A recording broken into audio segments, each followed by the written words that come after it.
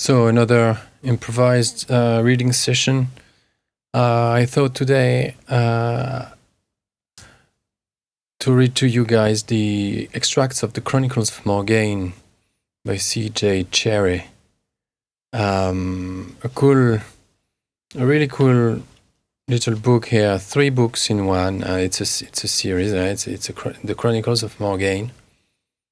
Fantasy with portals between worlds.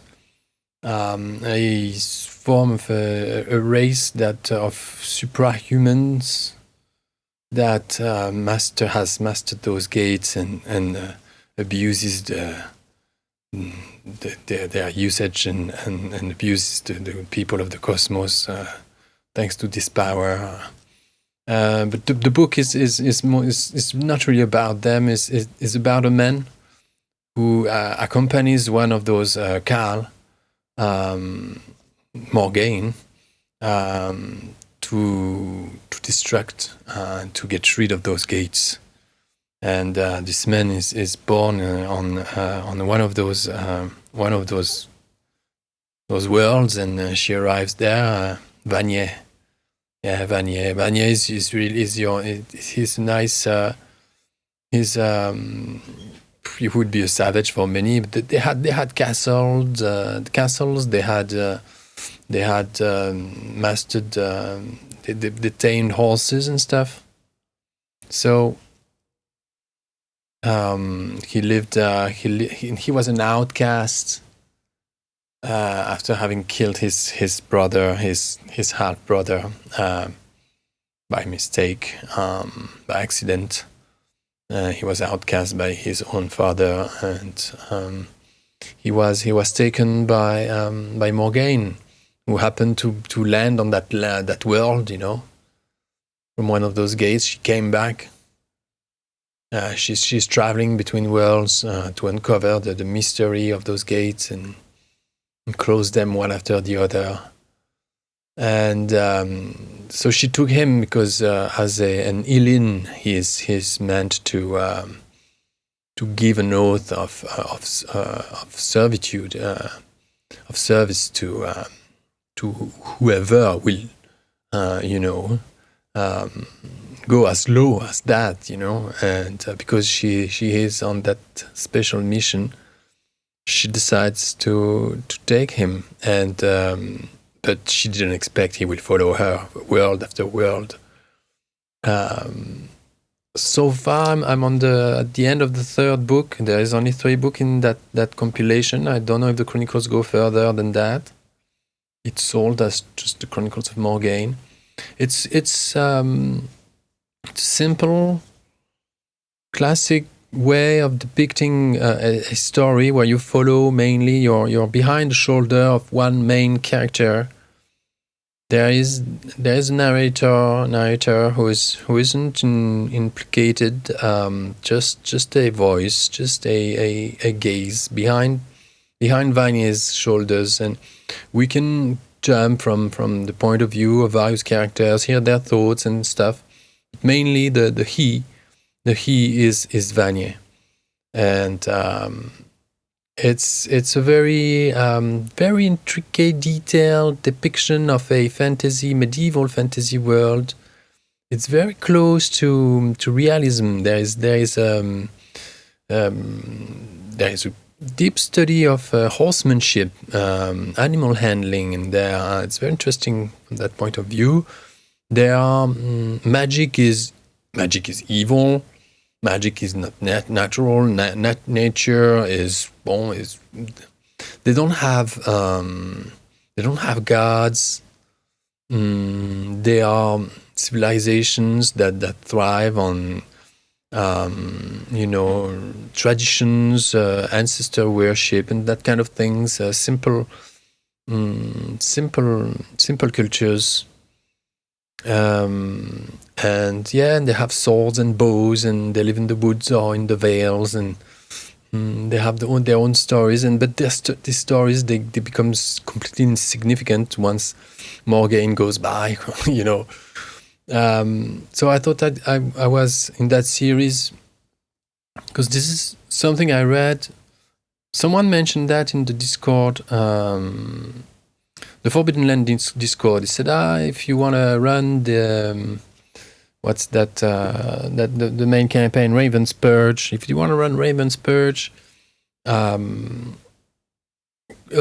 said that Raven's Purge reminds him of the Chronicles of Morgaine, and in that the nexus of those trans-dimensional portals and the way they are used and depicted in their function in Forbidden Lands, in the Forbidden Lands role-playing game.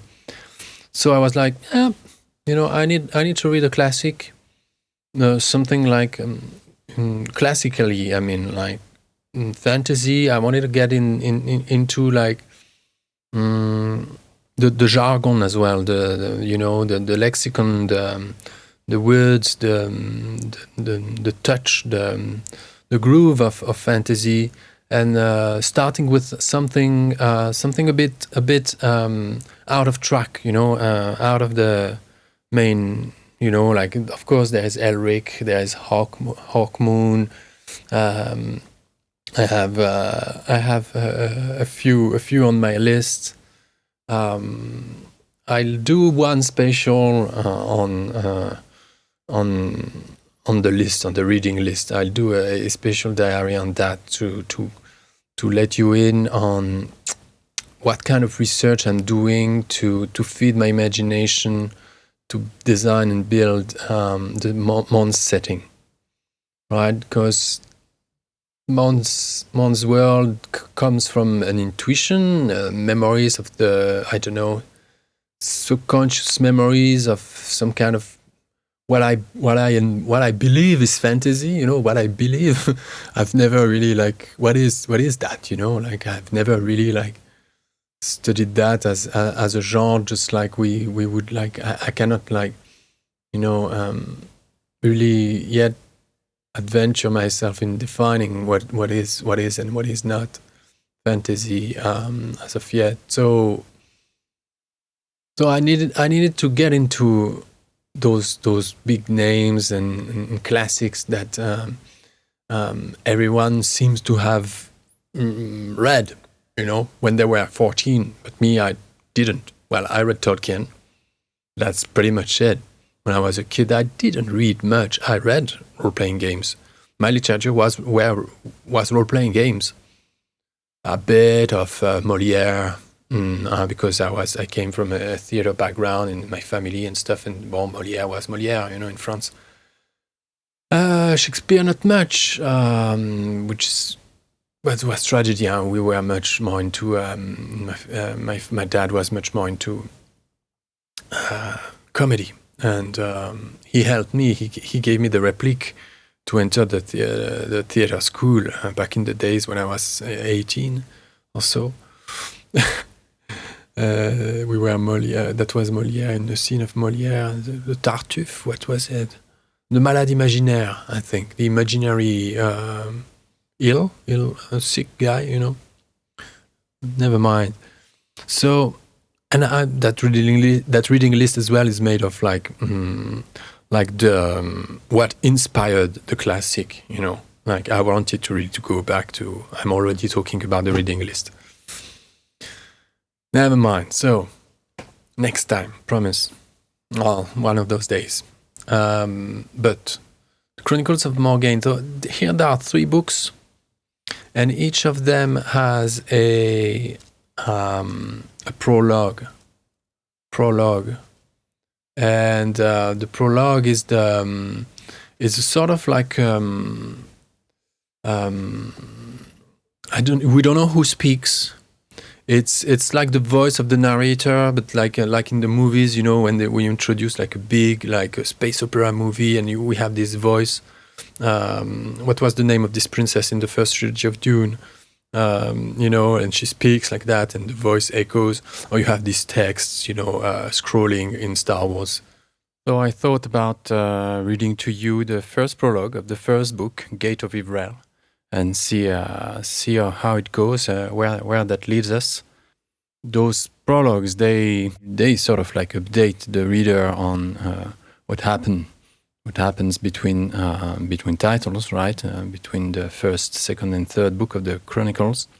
There's the fourth book, in fact, that came 9 years later, sort of. I don't know what's the story behind that time gap between the third and the last title of the series. Anyway, that will be I will read to you the first prologue of the first book, Gate of Ivrael. I hope you enjoy. This is inspiring stuff, possibly not directly, but the atmosphere, the scope, the tone, and the intent, the philosophy behind is very interesting. So I hope you enjoy. Here we go. The Chronicles of Morgaine by C.J Cherryh. Gate of Ivrael. Prologue. 1. The gates were the ruin of the Khal. They were everywhere, on every world, had been a fact of life for millennia, and had linked the whole net of Khal civilizations, an empire of both space and time, for the gate led into Elsewhen as well as elsewhere, except at the end. At first, the temporal aspect of the gates had not been a matter of great concern. The technology had been discovered in the ruins of a dead world in the Khal system, a discovery that, made in the first decades in space, suddenly opened for them the way to the stars. Thereafter, ships were used only for the initial transport of technicians and equipment over distances of light years, but after each world gate was built, travel to that world and on its surface became instantaneous. And more than instantaneous. Time warped in the gate transfer. It was possible to step from point to point across light years, unaged, different from the real time of ships. And it was possible to select not alone where one would exist, but when, even upon the same world projecting forward to its existence at some different point along the course of worlds and suns. By law, there was no return in time. It had been theorized ever since the temporal aspect of the gates was discovered that accidents forward in time would have no worse effect than accidents in the now, but intervention in back time could affect whole multiples of lives and actions. So the Khal migrated through future time, gathering in greater and greater numbers in the most distant ages. They migrated in space too, and thrust themselves insolently into the affairs of other beings, ripping loose a segment of their time also. They generally despised outward life, even what was Khal-like, and some few forms that could interbreed with Khal. If possible, they hated these potential rivals most of all, and loathed the half-Khal equally, for it was not in their nature to bear with divergence. They simply used the lesser races as they were useful, and seeded the worlds they colonized with the gatherings of whatever compatible worlds they pleased. They could experiment with worlds, and jump ahead in time to see the result. They gleaned the wealth of other non-Khal species, who plodded through the centuries at their own real-time rate, for use of the gates was restricted to Khal.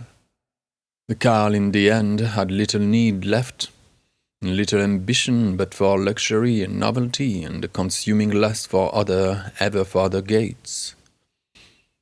Until someone, somewhen, back-timed and tempered, perhaps ever so minutely. The whole of reality warped and shredded. Began with little anomalies, accelerated massively toward time wipe, reaching toward the ends of gate-tempered time and gate-spanned space.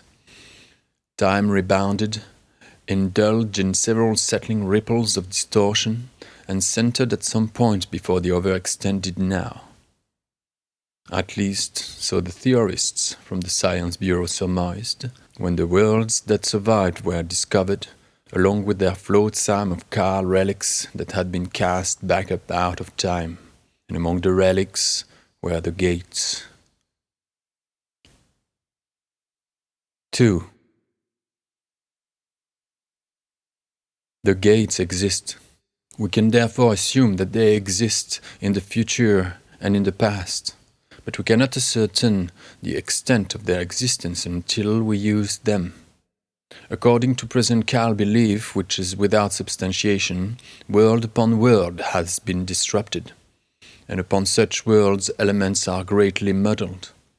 Among these anomalies may be survivals taken from our own area, which might prove lethal to us if taken into back time. It is the Bureau's opinion that the gates once passed must be sealed from the far side of space and time, or we continually risk the possibility of another such time implosion as ruined the Cal.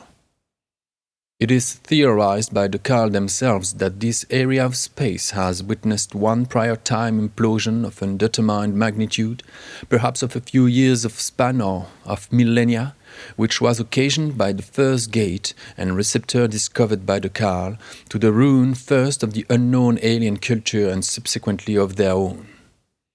There is therefore a constant risk so long as there will ever exist a single gate that our own existence could be similarly affected upon any instant. It is therefore the majority opinion of the Bureau that utilization of the gates should be permitted, but only for the dispatch of a force to close them or destroy them. A team has been prepared.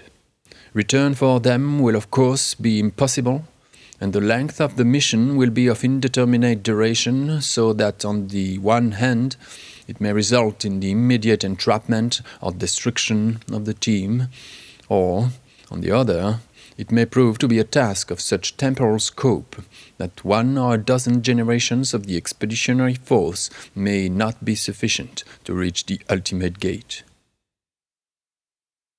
Journal, Union Science Bureau, Volume 30, page 22. 3. Upon the height of Ivrel standen stains carven with sich chalice runes, the which if men touch, given forth sich fires of witchery has taken soul and body withal. To all these places of powers greedy forces move, the which chalice sorceries yet worken. Ye may know, chalice blood, herewith, if child be born of grey aeon, in stature considerable, and if ye flee good, and seek after such places, for shall lacken souls, and yet by sorceries, living fair and young, more years than men. Book of Embry, Height and Chorus. 4. In the year 1431 of the Common Reckoning, there arose war between the princes of Aenor, Corys, Bayan, and Corysith against the old Gemor beyond Ivrel. In that year the lord of Gemor was the witch lord Thaye, son of Thaye, lord of Ra Gemor, lord of Ivrel of the fires, which shadows Irian. Now in this time there came to the exiled lord of Corys, Tifui, son of Han, certain 5 strangers whose like was never before seen in the land. They gave that they had come from the great south, and made themselves hearth welcome with Tifui and the lord of Aenor, Gir, son of Leleom. Now it was clearly observed that one of these 5 strangers was surely of Gjalin blood, being a woman of pale colouring and stature as great as most ordinary men, while another of the party was of golden colouring, yet withal not unlike unto such as be born by nature in Corys of Endor, the others being dark and seeming men. Now surely the eyes of both Gir and Tifui were blinded by their great desire, they being sisters' sons, and Tifui's kingdom being held by the lord from Ivrel of the fires. Then persuaded they by great oaths and promises of rewards the lords of Bayanan, the chiefest among whom was also cousin to them, this being Lord Sio, 3rd brother's son of the great Endor lord Rus. And of horse they gathered 7,000, and of foot 3,000, and with the promises and oath of the fire they set forth their standards against Lord Thyre. Now there standeth a stone in the vale of Irian, rune-carven, which is like to the standing stones in Aenor and Sith, and much like to the great span of the witch fire in Ivral, in general report, and it was always avoided, howbeit no great harm had come therefrom. To this place the lords of Endor rallied behind Tifwi, Han's son, and the five, to make assault on Ivral and Gemor keep. Then it became full clear that Tifwi had been deceived by the strangers, for 10,000 rode down Graian's height into the vale of Irian at the foot of Ivral, and of them all perished, save one youth from Bayanan, high Tamrath, whose mount fell in the course and so saved his life. When he woke from his swoon, there was nothing living upon the field of Irian, neither man nor beast, and yet no enemy had possessed the field. Of the 10,000 there remained but few corpses, and upon them there was no wounding found. This wrath of Bayanan did quit the field alive, but much grieving on this account did enter into the monastery of Bayanan, and spent his days at prayers. Having accomplished such evil, the strangers vanished. It was widely reported, however, by the folk in Aenor, that the woman returned there and fled in terror when they sought arms against her. By them it is given that she perished upon a hill of stones, by them high Morgaine's tomb, for by this name she was known in Aenor Piven, though it is reported that she had many names, and bore lord right and titles. Here it is said she sleeps, waiting until the great curse be broken and free her. Therefore, each year, the folk of the village of Reomel bring gifts and bind great curses there also, lest perchance she wake and do them ill. Of the others, there was no trace found, neither at Irian nor in Aenor. Annals of Bayanan. All right, guys. What to say? That was C.J Cherryh's The Chronicles of Morgaine, prologue of the first book, Gate of Ivral. I hope you have enjoyed that quick trip, fantasy trip into this world, just as I still am. I really recommend reading this little book if you have a life and the time to enjoy it. Then there's nothing like a good book, guys. So my dear travelers, my dear dreamers, as I like to call all of you, I wish you a good day, good night, safe journey, and I'll see you soon for more of Mon's Dev's Diary. The game, loads of stuff. I got rid of skill dice yesterday. Boom. Skills are raw modifiers. Less dice. We roll only d12s now. I don't know if it's going to be like that in 6 months. We're going to see. Once we begin alpha playtesting phase in September next year, I can't promise it's going to be the same. But I've simplified things lately. Still working on the setting and the game mechanics concurrently, and it's good. I've been writing the introduction chapter as well, just for the lulz, in fact, because one should write the introduction chapter at the end, right? That's the last thing you want to, because you're supposed to introduce something, right? So you're supposed to have written that thing you're meant to introduce. So I took the bait, and because I need to gather material for the agent that is going to do the IP scan to trademark register Fringe Worlds. So she needs some stuff from me, you know, just what is Fringe Worlds, what do we do, what have we done, and stuff, what is Mon, and what it's gonna be about. And she wanted like visuals, text, whatever, videos and stuff. So I thought, well, I could just as well write the introduction of Mon's core rulebook, just as an exercise, you know, and sort of like force me to put a flat the anticipation of what I think the book should be. It was very it was a weird exercise, very fun.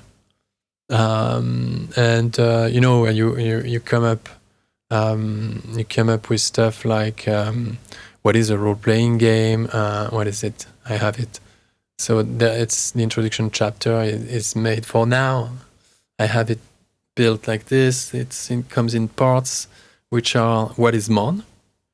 Then there is a section on what is a role-playing game.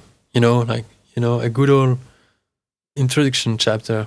Then you have who can you role-play as in Mon. Then you have what kind of world is Mon. Another section on what are the rules in short. Well, this one killed me on the spot. That I pasted this snippet in the RPG development Discord, and they were like, "Is this in short or is this a joke?" And it was in the heavy rules design channel, and they were all like, "Well, you're kidding. It's just too much." But I thought, because I pasted a big un pavé en français, comme on dit, you know. It was just a block of text, and I invaded the channel. Maybe it wasn't appropriate. I'm still orienting myself as in what am I supposed to do on the internet. So yeah, what are the rules in short? I manage, and that's what motivated me. In fact, motivated me to get rid of the skill dice. So there is only the base dice now, D12s. I think there will be only D12s. You roll up to 6 D12s in this game, and that's it. D6s were fun. I think that, for me, when you know a system very well, it's your own system. It's easy to you just roll. You know, the modifiers and all that. You know, and you invented it. So, but taking a step back and like really looking at all the there was too many calculations and subdivisions of the rolling game, you know, exercise, and that was just too much. So I took the liberty to get rid of the skill dice. Anyway, so I have to change that in the what are the rules in short. Actually, I didn't. And then there's a segment on what is the goal of the game, and then we have a segment on what does a typical Mon play session looks like. I think that would be a good thing. Let me know in the comment, for those who are still with me, if you'd like me to read you to do you a read through that introduction chapter, just as I have written it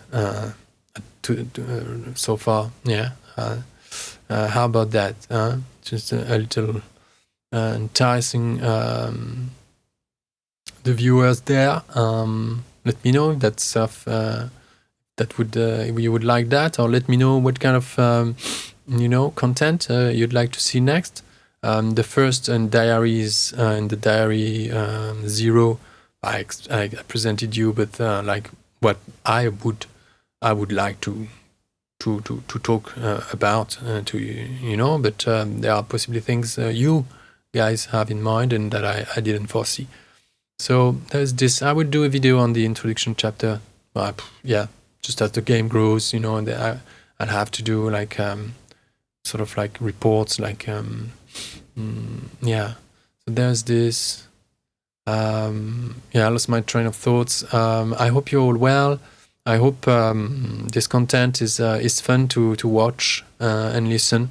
I really don't know what kind of visual I'm gonna put on that recording. We'll see.